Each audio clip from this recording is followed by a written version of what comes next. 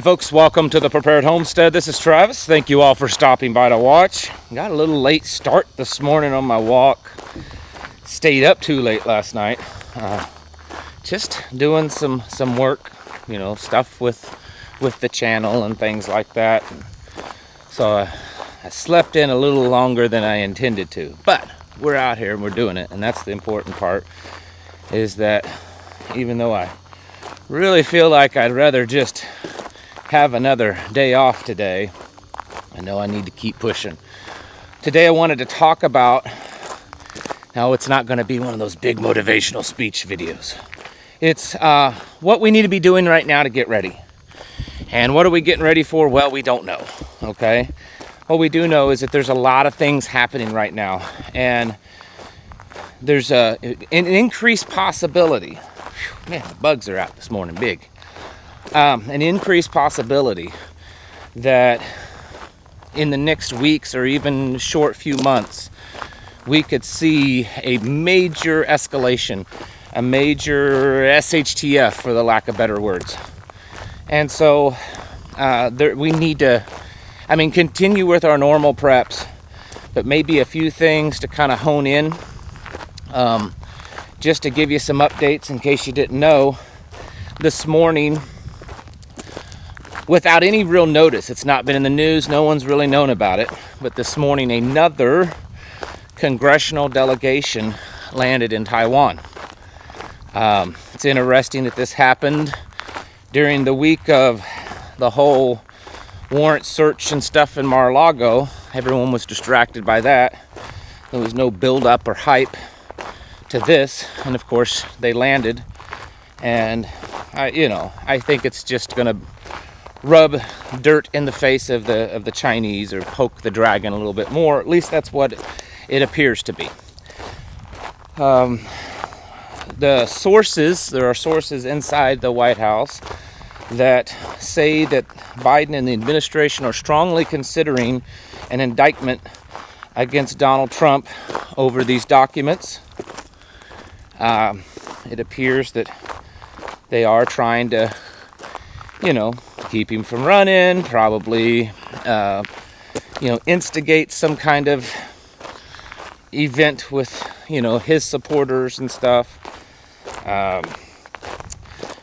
Russia and Ukraine, that whole nuclear power plant there, it's like every few moments you wonder if it's going to blow up because they're bombing each other right there with it. Who knows? There's a lot of things going on. Oh, and then there's, of course, the stuff going on down at the border. Not just people crossing the border, but in case you didn't know, it appears that there's some type of little war going on down at the border. Uncertain of exactly the extent of it, but the cartels, gang activity and stuff, the Mexican military has been called in. The U.S. consulate offices have told American citizens to lock themselves at home, stay home. There is drastically increased military activity in San Antonio, Texas. Even reports of, special forces, special operations units there doing some type of, martial law type of training scenario. Lots of reports of people hearing, training ordinances and stuff going off in the areas of San Antonio. So there's that kind of stuff going on. And we just don't know. Like the whole deal with China and us, a lot of people keep going back and forth and saying, well, they're not trying to start a war because Biden and Xi Jinping are buddies, and the Chinese own us. Folks, you have to forget all of that kind of relationship stuff when it comes to matters of war between countries. Just because the leaders are best friends doesn't mean that they wouldn't go to war with each other. In fact, it's happened many times. It's kind of brilliant. Both China and us are experiencing a lot of economic problems. Both China and us are trying to fully implement the Great Reset, complete control of humanity policies, Agenda 2030. What better way to do that than a massive war between the two? instill a lot of fear, get rid of a bunch of people, implement new policies, you know, boost the economies, because war usually does that. It'd be great. So it doesn't matter whether, you know, how each leader likes each other, feels about each other. That's irrelevant. So anyways, I thought it would be a good time to kind of just revisit some things, maybe some new ideas on getting yourself really prepared. I understand that you folks are actively out there, you know, stocking up, buying your beans and rice and all that kind of stuff, but maybe just some things to hone in on, because if things pop off in the near future, you know, potentially something like martial law or an EMP or, you know, all that kind of stuff. Need to make sure we have some things nailed down. Some of the obvious stuff is like, say, guns and ammo. I talked, I think just the other day, about how UPS, you know, they've announced that they're not going to be shipping any kind of gun stuff. So make sure if you buy online that the supplier has alternative methods of shipping other than UPS. I bought some ammo maybe a month ago was the last time I purchased, and it had come down. It was still down pretty good price. That's not probably going to stay that way, especially with the whole Trump thing and the China thing. People get afraid, they start purchasing, supplies go down, prices go up. So now might be one of the last times to really stock up on that. Firearms too, if you don't have one. I know most of you do. And so I'm not really talking to you folks. But for those of you that's just waking up and you're like, man, I need to get something quick. I don't have $1,000 to drop into some battle rifle, you know, or $500 or $600 to drop into a pistol. Get you a 12 gauge pump shotgun.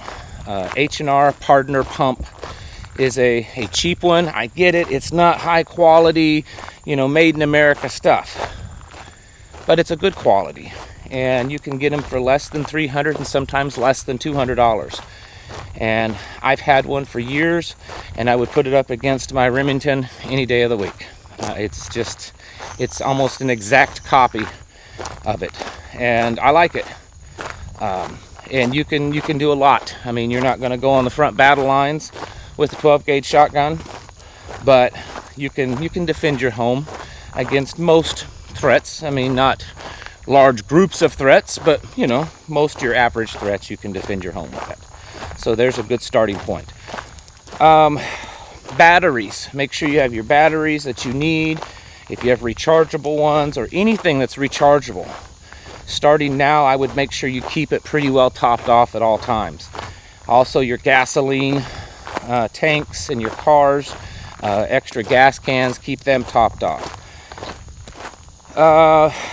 Winter's coming soon, and if anything gets going, it's going to happen also be going on during winter. It's going to make things more difficult. All the predictions going around now are that winter's going to be a lot harder for pretty much all of the United States, a lot colder, more snow. Make sure you have your fuel sources for heat nailed down. If you purchase wood, whether it's your primary or secondary source, make sure you get it. Prices are going up. Prices are up. You know, propane, coal, diesel, kerosene, whatever it is that you're using or have an alternative. If your only source of heat is electricity, that's not good. You need to come up with a you know, secondary source for heat in your home. That's not electricity. And I would start working on getting that nailed down, because if you wait till November, things might be really bad then, and supplies may be dwindled and hard to come by and really expensive. So do that. Water systems are always vulnerable, and one of the first things to really hurt in, you know, big disasters. I mean, look at hurricanes and stuff. What's one of the very first things? I mean, there's people that still have electricity in some hurricanes, but yet they can't use their water, or they just don't have it running through the pipes. It's actually a very vulnerable system, public water system. So make sure you have backup to that. You have stored water, and you have good quality water filtration for that. Let's see, I had some other ideas. Let me think about them. Medical supplies. Make sure you have those. I talked the other day how there seems to be an increase, which is not surprising. Increased shortages in certain medicines. I mentioned a guy that's a pharmacist for a big company, and he said that they're starting to experience shortages, and the FDA has notified them. He said he was notified by the FDA that there are shortages in very critical IV drugs, you know, surgical type stuff, cancer treating, things like that. Well, then after I mentioned that, I was contacted by a veterinarian, and he said, doesn't surprise me, he said, because we've already been experiencing that for months on the veterinarian side, and what we figured is that they were sending all the stuff to the people and taking it, because it was all, you know, it was getting short, so they prioritized human drugs, because it all really comes from the same place, the human and the animal drugs. And now the supplies are dwindling to where it's affecting human medicines. So if you can, whether it's over the counter, prescription, herbal, anything like that, I'd make sure your medications are as good as you can make them. Band-aids, bandages, that kind of stuff too, because that's been in, you know, dwindling down. Hard for companies to stay on top of keeping their supplies up. Let's see. Oh, communication. I wanted to talk a little bit about that. I'm always pushing ham radio, and I'm a ham radio guy. Have been for, I don't know, 15 years. But there is an alternative, because a lot of people with ham radio, you know, you have to have a license. You have to test for that license. You have to, it's not an extremely difficult test, but it's not something you can just walk in and take. You have to study for it. You know, a lot of math stuff, a lot of science stuff in it. There's an alternative to that. I still stick with ham radio being the best alternative for preppers, because it offers you such a wide variety of frequencies and wattages that you can use, so that you are able to communicate very long distances with the right equipment. But if you're say your mag, your tribe, your community is all within kind of a, you know, tighter circle, or even just family members, look into GMRS. Okay, I can't even remember what it stands for. Government something, radio service, I don't know. Anyways, it doesn't matter what it stands for. I'll leave a link down in the description to a good website that'll explain it to you and help you through the process. Anyways, GMRS is a licensed frequency. You have to have a license. Those little FRS radios you can get at Walmart, you don't. The reason why you don't is they're junk. If you're able to get a mile on those, you're doing good. Usually it's about, I don't know, 500 yards, 600-700 yards, if lucky, on those little FRS radios. Unless you're like standing out in the flat plain with nothing around. But the GMRS radios, a lot more wattage capabilities. Like those little FRS radios, you're talking like, you know, 0.2 of a watt, maybe a half a watt, that kind of stuff, little bitty. This is 5 up to 50 watts. So depending on the radio and the antenna and the terrain, the height of the end, all that kind of stuff is figured in, you could realistically get 25, 30, 40 mile range. There are places that have repeaters, which is a whole nother thing. It extends your range if you don't know what that is. And they're cheap. They're cheap to get the radios. You can get a little handheld radio for $40. You can get the kind that gets it, you put in your car or your home, that's a lot more powerful, for like $100 or so. Now, here's the thing. You still have to have a license, but there's no test. You just get on the FCC's website, you give them your, I think that was a bee or something. Maybe just a big horsefly. You know, you put in your name, your address, simple things. You don't have to really give them a whole lot. You pay a fee, you get a license. The fee has been lowered this year. It's now only $35, and that's for a 10-year license. And then here's the big thing that's different with GMRS than ham. That license covers your entire household, okay? Your entire family.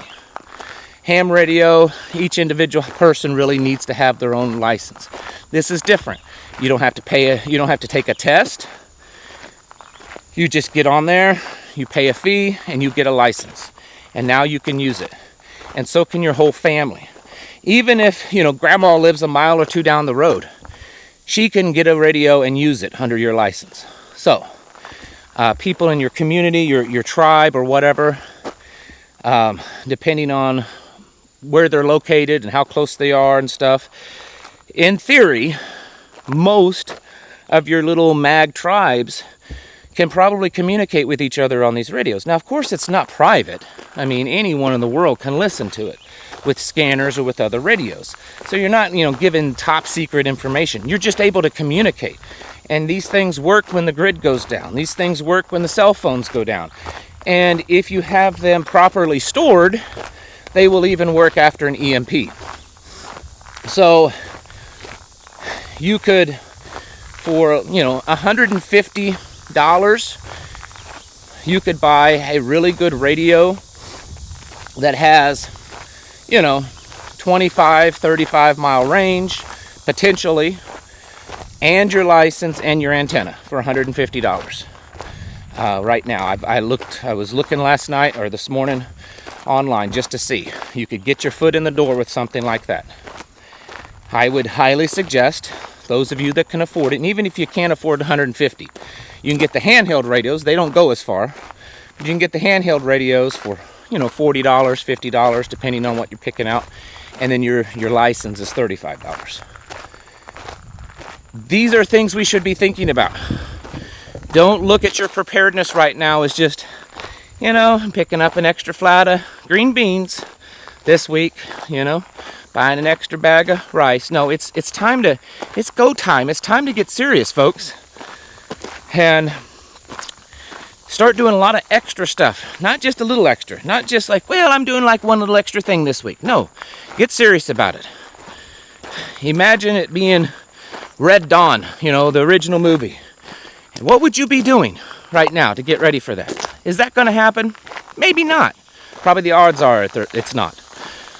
But we know that things are really heating up, and they could start getting crazy before too long. They maybe not. Maybe things will just go back to normal here in a few weeks. Doubtful, though. Take it serious. Start getting prepared.